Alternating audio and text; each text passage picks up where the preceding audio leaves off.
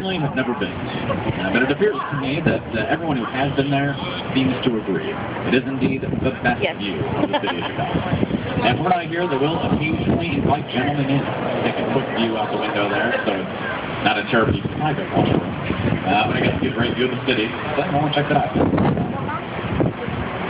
Now off to the right, we have this large triangular building standing here. You might be able to guess what was done by none other than Harry Weese, the man obsessed with the drum. And this is home to the Swiss Hotel, a fine hotel and establishment, I'm sure. Now, Harry Weese actually did 2 triangular buildings here in the city of Chicago. This is one of them, the Swiss Hotel. And the other one, we don't get a really good view of from the river. But it is clad in stone and has very narrow windows. It's actually home to our correctional building in Chicago. Now, I have not spent the night at either one. Very distracted with them, so I can't really compare the accommodation. I do hear the Swiss Hotel. And coming in the view from behind the Swiss Hotel, you can get a great view of Aqua here in just a moment. This new building was up a couple years back by Jeannie Gang and Associates. And as it comes into view, you'll notice that each floor plate is uniquely curved and shaped. It's supposed to look like waves are rippling through the building, just paying tribute to the surrounding waterways here. That's all condos, all the great stuff being taken outside there. Coming into view from behind Aqua is the Aon Center, that great, strong vertical line running up. It's the 3rd tallest here in Chicago, 1,136 feet from the roof. As I mentioned, it's 9 feet tall.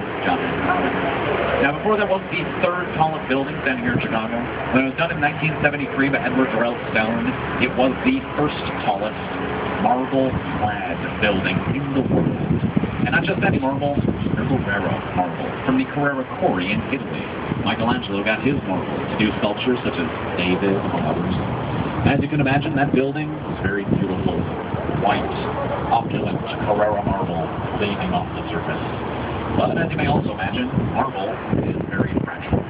And going through some very cold Chicago winters, very hot Chicago summers, that marble was expanding and contracting, and eventually buckled, and was in danger of raining down precious Carrara marble onto pedestrians' heads beneath. And all nobody wanted to see was just crushed pedestrians. They had to go up, take down all that marble, and reclad the building in the homegrown North Carolina granite that you see adorning its facade today, having withstood the test. That actually cost more money to reclad the building than the original construction itself. So pretty cool. Off to our left, we have this little empty plot of land here. That's where the Chicago Spire was supposed to go up. That 2,000-foot building we're supposed to be here in Chicago. Right now, it stands as a 90-foot hole in the ground. Those plans are on hold for the time being. Funding has been the main issue there.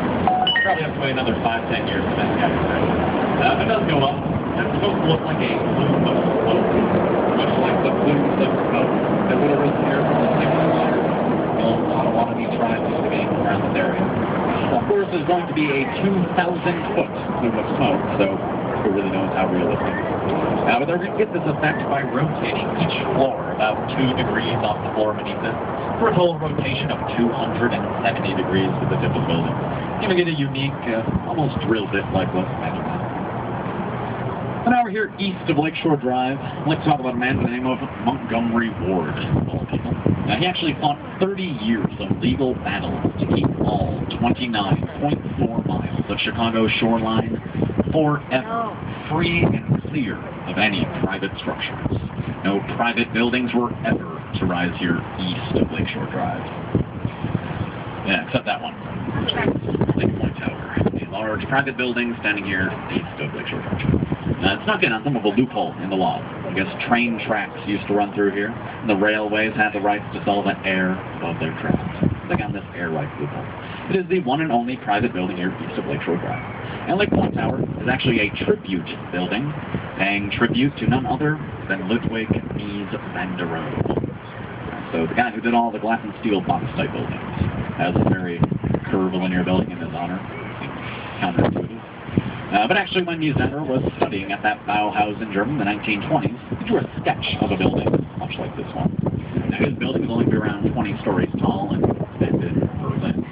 When he drew the sketch, the technology wasn't around to bend the steel that would be necessary. So he took his students, shipwright and Heinrich, on this sketch, they decided to show their gratitude to their professor for building Link Point Tower here.